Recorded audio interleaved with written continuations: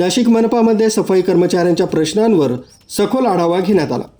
महाराष्ट्र राज्य सफाई कर्मचारी आयोगाचे अध्यक्ष शेरसिंग डोगरा उपस्थित होते।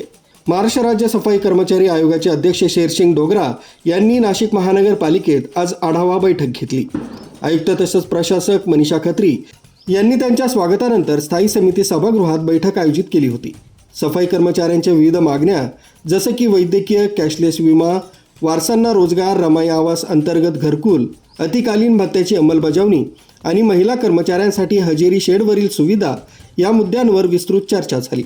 आयोगाचे अध्यक्ष डोगरा यांनी अधिकारी तसंच कामगार संघटनांचे प्रतिनिधी यांच्या उपस्थितीत कर्मचाऱ्यांच्या प्रश्नांवर संवेदनशीलतेने चर्चा केली। आयुक्त खत्री यांनी सफाई कर्मचाऱ्यांच्या हितासाठी आवश्यक निर्णय तातडीने घेण्याचं आश्वासन दिलंय। या बैठकीला अतिरिक्त आयुक्त करिश्मा नायर, उपायुक्त लक्ष्मीकांत साताळकर, अजित निकत तसंच विभाग प्रमुख उपस्थित होते।